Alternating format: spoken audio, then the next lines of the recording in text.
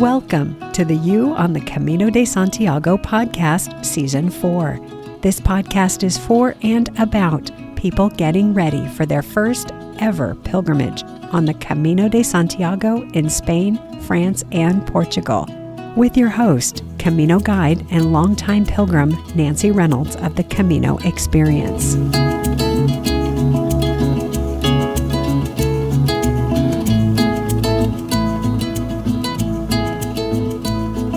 Hello and welcome back.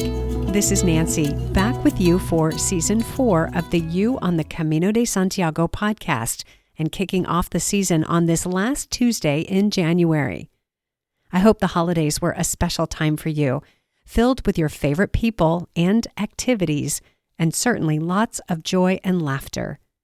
I was able to get in some wonderful time with friends, and even a coffee meetup with my big brother Dave, when he passed through town on his way to a holiday event south of San Francisco. My church does the most beautiful Christmas Eve candle lighting service I have ever attended, and that was definitely a highlight. I even got to volunteer on the video team for one of the services. Who knew operating a camera for a live feed could be so fun? Now we are ankle deep into 2024. Is it me, or did January fly right on by? If you are tuning into this podcast for the first time, welcome. You are stepping into, as I said, the 4th season, after we have already covered a ton of ground. If you haven't already listened to seasons 1, 2, and 3, you may want to go back to the start, to the very first episode, to find out what this podcast is all about, why I'm doing this, and to follow along step by step, episode by episode, to make your Camino dream a reality. If you have been listening from the start, from when the first episode aired back in August 2022, and if you are back again with me after taking the same 2-month break that I took from the production schedule, thank you for tuning back in. During the break, the downloads of the podcast passed the 135,000 mark, so I know you're there. And I'm so grateful to have the chance to be part of your Camino experience. It's been really fun to hear from many of my listeners the past 2 months. Some of you have joined my email list, and others have signed up to walk with my groups in May and September this year. Others simply found my website and sent a message through the contact form. I also know that I have some binge listeners tuning in who found the podcast long after I started it. So you might be listening to this episode well after its release date of January 30th, 2024. I mention that because from time to time, there is some time-bound information on the podcast, so you may wonder if what I'm talking about still applies when you are listening. To find out what I have going on now, whenever your now is, you can check out my website for all the current happenings. That website is the CAMINO-experience.com. So here we are with the 58th episode of the You on the Camino de Santiago podcast, getting you ready to take your first steps on your very own, potentially life-changing Camino experience. How's it going so far? I would love to hear from you. If you are already on my email list, you can simply reply to one of the emails I've sent you, and that will get right to me. If you are not yet on my email list, you can sign up on my website or just send me an email at youonthecamino@gmail.com. Again, thank you for tuning in. I love that you are here.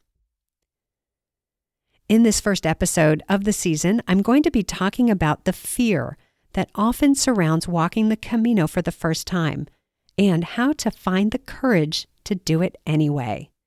I will share some of my own story, which isn't entirely about the Camino, and also 6 strategies for moving through your fear.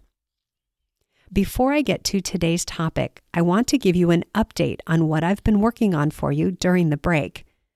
You may remember from the previous seasons that I lead groups of first-time pilgrims on the Camino Frances, starting in Saint-Jean-Pied-du-Port. Well, January has been packed with helping them get ready, lining up our accommodations for the first 4 days on the trail, and fielding questions about booking travel to our starting point. I have 10 pilgrims in my May group, so that group is full.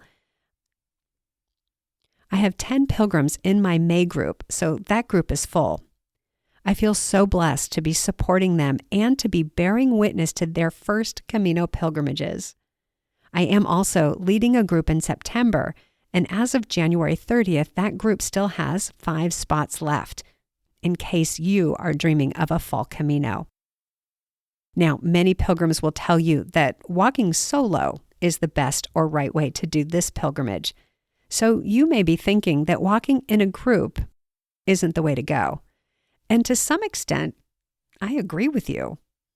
That's why the goal of my group program is just to get you started. To get you to Saint-Jean-Pied-du-Port, over the first literal and metaphoric mountains, and on your way to Santiago. My website has all the details. Go to thecaminoexperience.com and look for the Walk With Me tab. The other thing I've been working on are some improvements to my Camino Frances Getting Started audio guide.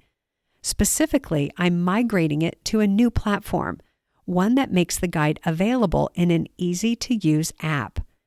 This one has me off the charts excited. It's so cool. If you purchase the audio guide from me in 2023, you will be hearing from me in the next weeks to get you set up on the new platform. And from here on out, anyone who purchases the guide will be on the new platform. And the other exciting development is that with this new platform, I will be able to offer you the option of purchasing either the entire audio guide or parts of the audio guide. That means that if the only thing you want is, for example, the On the Trail guide, or you want just the part on how to get to Saint-Jean-Pied-du-Port, you can purchase just those sections.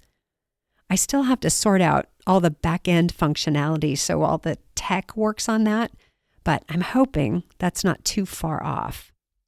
More on that soon, but for now, let's look ahead to what's coming in Season 4 of the podcast. Each season, I put the call out to first-time pilgrims to let me know if you would like to be a guest on this podcast, to tell your Camino story, and to spend some time together to get some of your questions answered. Well, the response has been overwhelming. I have had the privilege and pleasure of hearing so many inspiring stories through the guest request submissions. So many, in fact, that I can't get to everyone. If you submitted a guest request in the past 6 months, I will be back to you in the next couple of weeks to let you know if I have a spot for you in Season 4. Thank you so much for your patience as I sift through all of your beautiful stories. Here's what I do know about the guests that will be on the show. I will be welcoming back a couple of my guests from Season 3, so they can share with you how their Caminos went. I will also have conversations with 10 or so first-time pilgrims, so you can hear from more people who are in exactly the same place you are, getting ready and setting out for their big Camino trips. And I have invited a couple of my pilgrimage role models to join me, so we will see where that leads. Oh, and also I have a few more information-only episodes, like this one, where I share tips and strategies for getting your Camino dream into reality. Now, as a segue into today's topic, fear and courage, I want to share a bit more about my own story. Throughout this podcast series, I've been sharing pieces of my story so you can see the path I've walked to get to this point. The Camino is both a love and a passion for me. That's where it started anyway. Over the past 18 years, my relationship with the Camino has evolved. We have had our ups and downs, yes. Not every pilgrimage walk has been a walk in the park. My first pilgrimage on the Camino de Santiago was in 2005, from Pamplona to Santiago. On that first walk, I had to skip a few sections due to knee problems, so I went back in 2007 and I walked every step from Roncesvalles to Santiago. And then I swore I would never be back. Well, that's not how it worked out. I've been back every year since then, and many years I was on the Camino twice a year. In 2013, I realized 3 things. 1, even though I had already spent a lot of time on the Frances route, I wanted even more time on the Camino. 2, I wanted to share this incredible experience with others. I wanted people to know about the pilgrimage and to turn their own Camino dreams into reality. And 3, I had gotten really good at getting started on the Camino. And I noticed that getting started was, for many pilgrims, the most daunting part of the experience. Putting together the trip, getting to the starting point, and taking those first steps on the trail was, for many, completely terrifying. That doesn't mean that once everyone got going, it was all smooth sailing and rainbows and butterflies. But by the time pilgrims were a few days in, the fear of walking the Camino had dissipated. The fear of the unknown, the fear of getting lost in the wilderness, and the fear of not being able to do it, not being able to tackle the physical challenges of the walk. Most of my time on the Camino has been on the Frances route, which, for the sake of this discussion, begins in France, in the pretty town of Saint-Jean-Pied-du-Port on the eastern side of the Pyrenees Mountains. The first stage out of Saint-Jean requires a pilgrim to go up and over the mountain with a 4,000-foot or 1,200-meter elevation gain spread out over 21 kilometers. That's about 13 miles. It's a really big first day or two. You've probably heard stories. Maybe you've watched the movie The Way. Have you heard that people get lost on that mountain and they have to be rescued? That people die? That the weather can change in a moment and pilgrims find themselves trudging along in gale-force winds, hail, and torrential rain? Yikes! Of course you're terrified.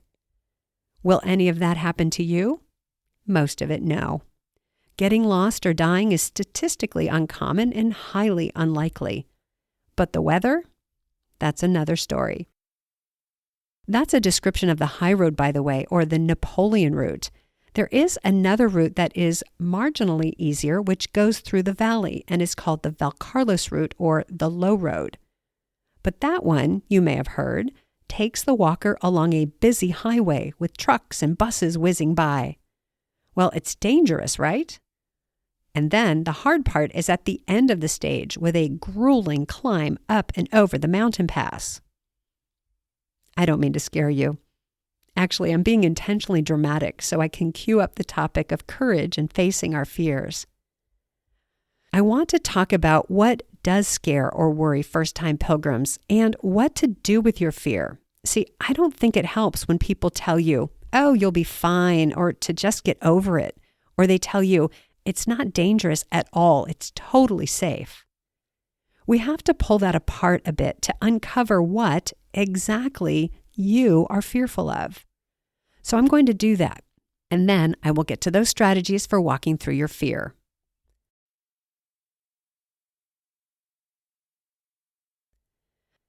I'm going to start this discussion with a couple of assertions. First, I'll start with a quote from one of my favorite books by Barbara Sher. The book is called Wishcraft. She says, I believe that there is nothing in this world worth doing that won't scare you. The moment you make a commitment to going for your dreams, you have ventured into the unknown, and that is scary. The second assertion is that fear is personal. What scares me might not even register as a threat for you, and vice versa. Let me give you an example. When I talk about walking the Camino, when I share my experiences over the years, I often get people saying to me things like, oh my gosh, you are so courageous. You're so brave for walking the Camino. You went by yourself, alone? I can sense their fear and trepidation at the idea of heading out for a month or more to walk 800 kilometers across a whole country alone. But for me, it never occurred that way. For me, it was just something I did. I flew to Barcelona, found my way to Pamplona, and walked the Camino. The thing is, though, before that first Camino, I had done a lot of international travel. I had been to India by myself. Are you kidding? A single woman showing up in India alone? That's a bit of an adventure. Also, I had traveled to several countries in South and Central America on business trips when I was working for Citibank, arriving alone in Chile, Colombia, Guatemala, and Costa Rica.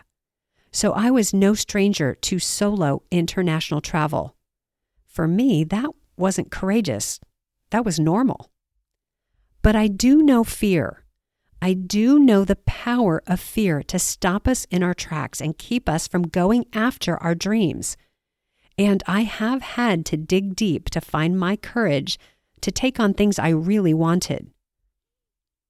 I won't get into it, but dating terrifies me. Yeah, we're not going to talk about that.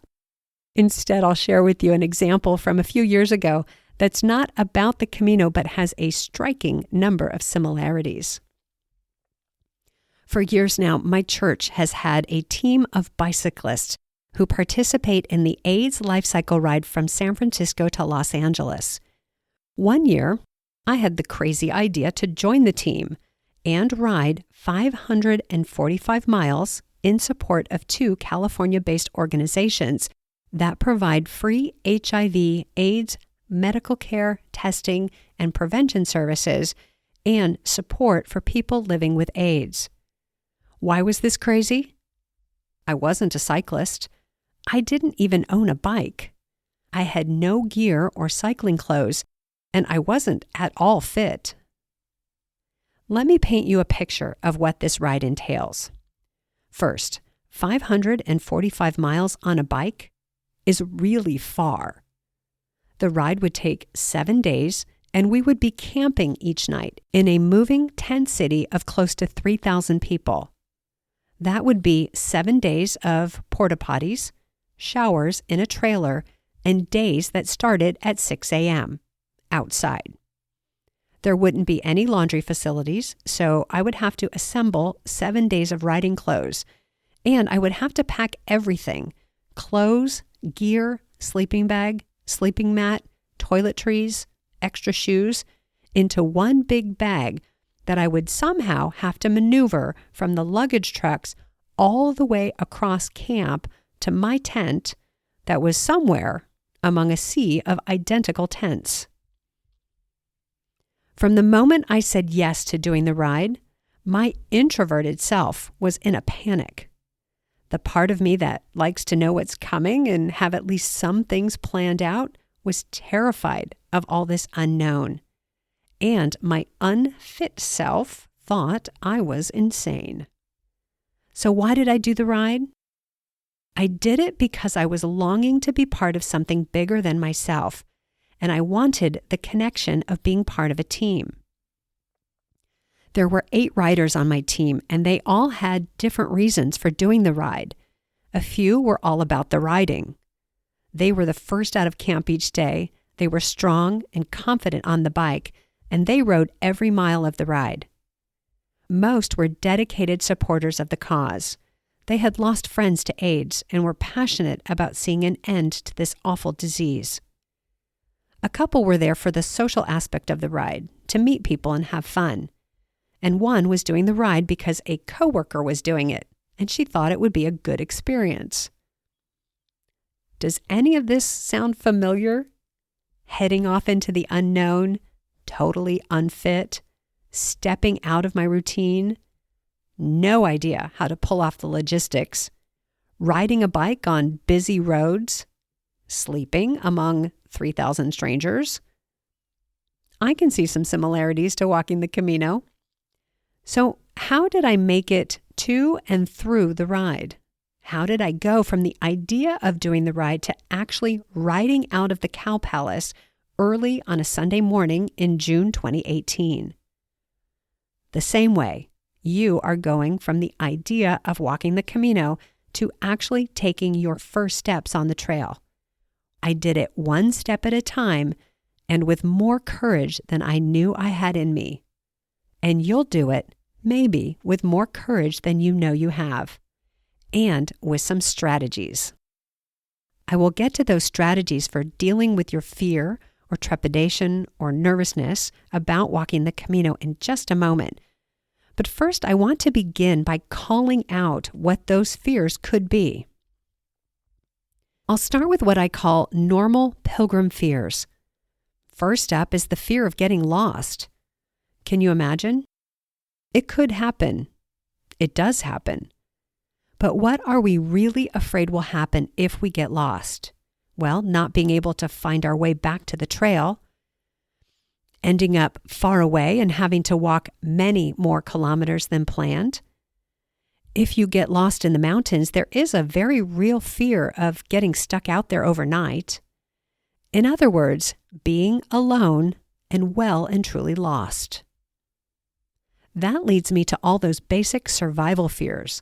Not having food or shelter, not getting out of this alive. For women, there are gender-based fears, which many women live with every day of their lives. I'm referring to inappropriate or even aggressive advances from men. On a similar note, some pilgrims may fear discrimination for their religious affiliation, sexual orientation, nationality, or the color of their skin. There are the normal dangers inherent with traveling in general, such as theft or loss of personal belongings like your money, credit cards, and passport, or the possibility of getting stranded somewhere, alone and without resources. How about not being able to communicate because you don't speak the language? Some people are afraid of flying. What about those subtler fears, like the fear of disappointment or missing out? And then there are those deeply personal fears. Can I really do this? Which brings up the fear of failure.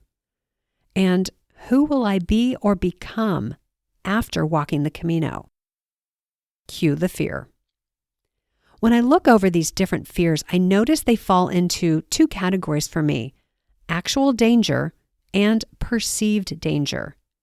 Again, fear is personal, so I want to give you those strategies now so you can begin to chip away at what has you feeling nervous or scared or intimidated. And even if you're not actually shaking in your boots, these strategies will provide a roadmap for getting more out of your Camino experience. Here we go. Strategy number 1, get to know your fears and expectations. See if you can get to the heart of what has you feeling nervous or fearful. What are you afraid will happen, really? And then ask yourself, is there a real danger? You may discover that it's not courage you need, it's more information. Facts about the trail and the walk. Details on how to get where you're going, a good map or app. Many fears can be mitigated simply by learning some savvy traveler tips, how to stay safe when traveling internationally, knowing in advance how to transfer from your international flight to your connecting bus or train, and researching ahead of time where to sleep and find food. It may be that you need to get to know your expectations. We all have them. It would be impossible not to, with all the videos and books and movies and online accounts of other people's Camino experiences. If you get to know your expectations, you can begin to see which ones are realistic and which ones aren't, which ones are inherited or picked up from others, and which ones are all yours. Which ones scare you and need more attention and good, reliable information to tame the fear? You can ask yourself if you truly want what you're expecting, or if you'd like to expect and receive something else. You can also relax any tight grip you have on ideas of what the Camino is or is supposed to be, and instead shift to an attitude of expectancy. Getting to know your expectations is also a good way to keep FOMO in check. That's the fear of missing out. How do you get to know your fears and expectations? Well, my mind can be a busy place, so I look for ways to slow it down so I can catch the specifics of what I'm thinking. I have 3 mindfulness practices I like to use: meditation, journaling, and walking. Meditation allows me to notice my thoughts, acknowledge them, and kindly invite some of them to move along. Journaling gives me a way to get my thoughts out of my head and onto the page so I can look at them, examine them, and choose which ones to empower and which ones to dismiss. And walking, well, that's the perfect way to condition your body for the physical rigors of walking the Camino while allowing your thoughts to slow down to the pace and rhythm of walking. These practices can help you dial into what is really important to you. What are the must-sees or must-haves for your Camino experience? And how do you plan or design a trip that checks all those boxes? What do you need to learn? What facts do you need to gather to alleviate your fears of the unknown? If you are afraid or worried about going alone, is it a better choice for you to find a walking buddy or join a group? Or is the best way for you to take a deep breath and face that fear? This is a good time to take a look at strategy number 2, which may help clarify your expectations for your Camino pilgrimage. Strategy number 2 is to clarify your reasons for walking the Camino. As I said earlier, I did the AIDS Life Cycle ride because I wanted to be part of something bigger than myself. My teammates all rode for their own personal reasons. Why are you considering walking the Camino? Why would you take that time away from your life, away from your family and friends, away from your communities and support systems to go walk the Camino? What are you longing for that you suspect the Camino will satisfy? This may take some contemplation. I would like to share with you one of my meditation practices that may help you find a deeper connection to your reasons for walking the Camino. If you don't have time to do this now, make a note of the time mark in this episode so you can go back to it when you can set aside some time for this practice. Here it is. Find a quiet, comfortable spot where you can sit in quiet contemplation. Once you are settled in, allow your eyes to close and imagine yourself in Santiago de Compostela, in front of the cathedral, having completed the pilgrimage. Imagine standing in front of the cathedral, arms raised in the air in celebration. How do you feel? Who is with you? What are you most grateful for? Next, take a few steps back and imagine yourself arriving into Santiago, feeling strong and clear and brave. What are you thinking as you walk into the historic city center? Next, imagine yourself on the trail, meeting and connecting with pilgrims from around the world.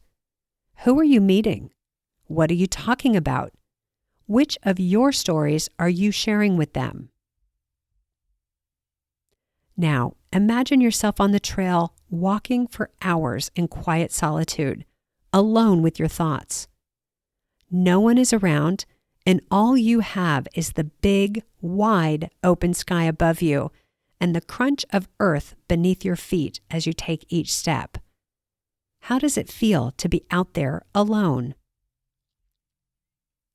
And finally, go to the beginning, to your starting point, and imagine yourself on your first day, backpack loaded, maybe a little jet-lagged, looking up at the mountain you are about to climb. Are you alone? Are you with a group of friends or family? What do you wish someone would say to you as you take your first steps? When you're ready, take a deep breath, open your eyes. Which of these imaginings gave you the clearest vision of you as a pilgrim? Which felt the most inspiring or the best connection? Are any of these actually the reason you are feeling called to the Camino? Or is it something else? Why do I suggest doing this meditation?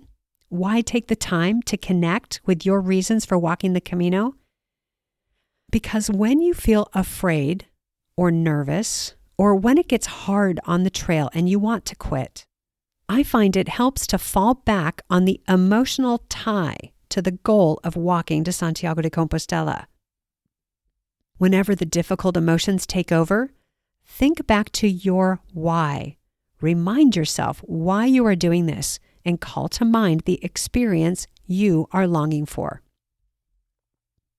The next strategy is to get comfortable with mistakes and not getting it right. If this is your first time walking the Camino, I want you to know that you don't have to get it right. I don't even know if there is a right. In other words, you don't have to have everything perfect, the right this, the right that, the right gear, the best place to stay, only good food, and so on. Part of walking the Camino for me was discovery. It was going out there and working it out as I went. Not having everything perfectly dialed in allowed me to explore and discover and find my way. I found out that I have some pretty strong problem-solving skills, and ultimately, it didn't matter that everything wasn't perfect right out of the gate, because eventually I worked out what I needed to work out. You know, I didn't get my footwear right for about 5 years on the Camino. My feet hurt all the time, and then eventually I found the right boots. And you know what? My feet still hurt after every day walking on the Camino. And on the bike ride, those first few days on the ride were bumpy. I mean, I spent so much time trying to find and keep track of my gear because I hadn't yet worked out a system. But it all worked out. From a bigger picture, when I talk about not getting it right, I want you to think of an example in your life when you took on something big and you had to learn everything about it as you went along. Here's an easy example: parenting. If you have children, you know that there is no, in quotes, getting it right. You just do the best you know how and you learn as you go. I mean, really, we could just eliminate the phrase get it right from the topic of parenting. You are always learning as you go. And then you can look back and reflect on what you learned. From that perspective, you can see that the trial and error enrich the experience all that much more. Not easy, but satisfying. Another example, how about starting a business or starting a new job?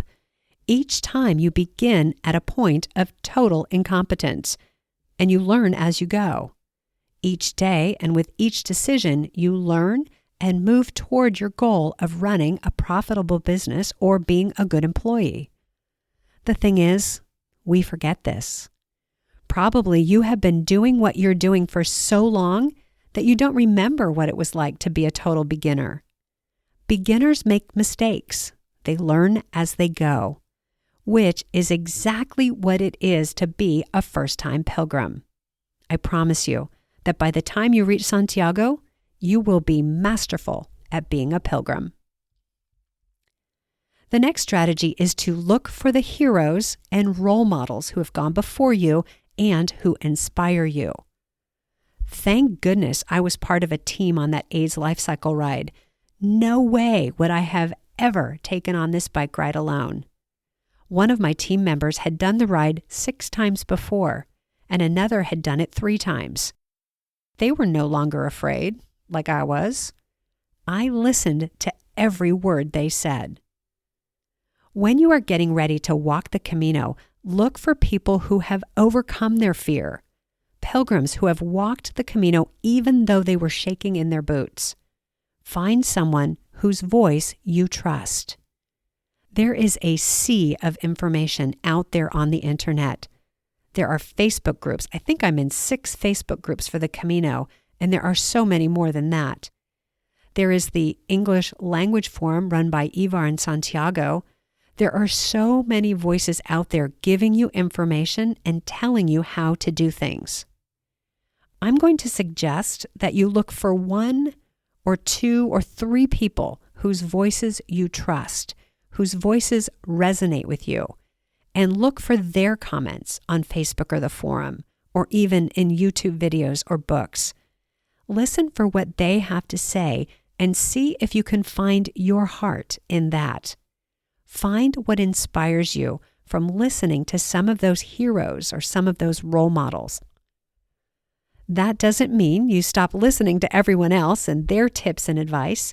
Rather, see if you can move past all the talk of boots and train tickets and luggage transport and booking accommodations to find a heart connection to people who inspire you. The next strategy is to become part of a bigger picture. There was no way not to be part of the bigger picture on that bike ride I did. I was one single beating heart in a party of 3,000. When you walk the Camino, you instantly become part of the larger global pilgrim community. And like you, every pilgrim on the trail has a story of courage. More than 500,000 people step foot and walk at least part of the Camino every year. That is one big community. Of those pilgrims, you are likely to meet only 100 or so when you walk the trail. But right now, from home, you have access to that worldwide community through all of our online resources.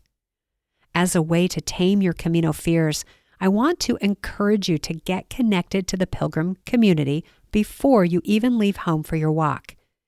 By joining Camino Facebook groups or going on the online forum, you'll be able to see that you are not alone in your concerns and fears. And this podcast is the perfect place to hear stories from others just like you who are getting ready for their first pilgrimage. The first 3 seasons are filled with inspiring stories, and there are more to come. If you're feeling called, if you're longing to walk the Camino, something may be calling you to be part of that global community and to bring forth something more from within you and in your life. People bravely go to the Camino alone, but they seldom stay that way, unless they want to. Still, walking the Camino solo, alone, by yourself, isn't for everyone. Many pilgrims will tell you it's the best way to walk the Camino. I walked the Camino alone for many years before I started leading groups in 2013, so I can tell you that walking the Camino solo is a fantastic way to do it, if it's right for you. What if you have a feeling that it's not right for you? I know I don't really need to do this, but I want to give you permission to not go to the Camino alone if it's not right for you. If you want to join a group and have ready-made connections in place, do that. Or if you are dreaming of walking the Camino on your own, but you don't want to start alone, I got you covered. My group program used to be called Just Get Me Started, because that's what it did. Well, that's what it does. Only now it's called the Camino Experience. But either way, you can find out about my unique Getting Started program on my website. I mentioned this earlier. I have some spots left in my September group if you are imagining yourself walking the Camino in the fall. However you do it, I encourage you to become a part of something bigger than you and allow that to fortify you and bring out your courage. Which brings us to the final strategy, and that is to see yourself as courageous. Why? Because you are. You are. You are human, and being human, my friend, takes courage. This is not an easy ride, being human. And by the way, if you have ever done anything big in your life, you've got courage. Have you raised kids? Have you started a new job or business? Have you ever gotten into a relationship? Those all take courage. Making a major purchase and committing yourself to tens of thousands of dollars to buy a house or a car, that takes courage. Speaking up for yourself in a restaurant when you get bad service, or when somebody says something inappropriate to you. Courage. Some days, even just getting out of bed takes courage. If you're not sure if you're courageous, I encourage you to look back over your life and look for the times when you did those big, hard things. Draw on those experiences and let them carry you to the Camino. When I need courage now, I think back to that bike ride, and I think back to my first Camino in 2005, and I remember I can do big things. I know you can do this. So let's review. Here are the 6 strategies to find your courage and walk through your fears of walking the Camino. First, get to know your fears and expectations. Second, clarify your why. Third, get comfortable not getting it right. Fourth, look for the heroes or the role models. Fifth, become a part of this greater pilgrim community. And finally, see yourself as courageous. I'll wrap up this episode with 2 additional ideas for you, 2 practical steps you can take to help tame your fears and get yourself on the trail. First, I want to invite you to get connected by joining my email list. Each week, I send out an e-newsletter with tips and ideas for planning your first Camino walk. When you sign up, I will send you my top 10 Camino tips that don't usually show up on the top 10 Camino lists. Just be sure when you get that first email from me that you click through and download those tips, so I know you really do want to be on my email list. Also, if you don't see that first email right away, be sure to check your spam or junk folder. And the second one, swing by my website to find out all the ways I help pilgrims get started on their first pilgrimage on the Camino Frances. Whether you think starting with a group is the best way for you, or if you are a 100% do-it-yourselfer, I've got something for you that will take the edge off your fears and show you that yes, you can do this, and you can do it with confidence. Again, my website is thecaminoexperience.com. I'll be back next week with one of my favorite pilgrims to talk about pilgrimage and how laughter can change your life. See you then.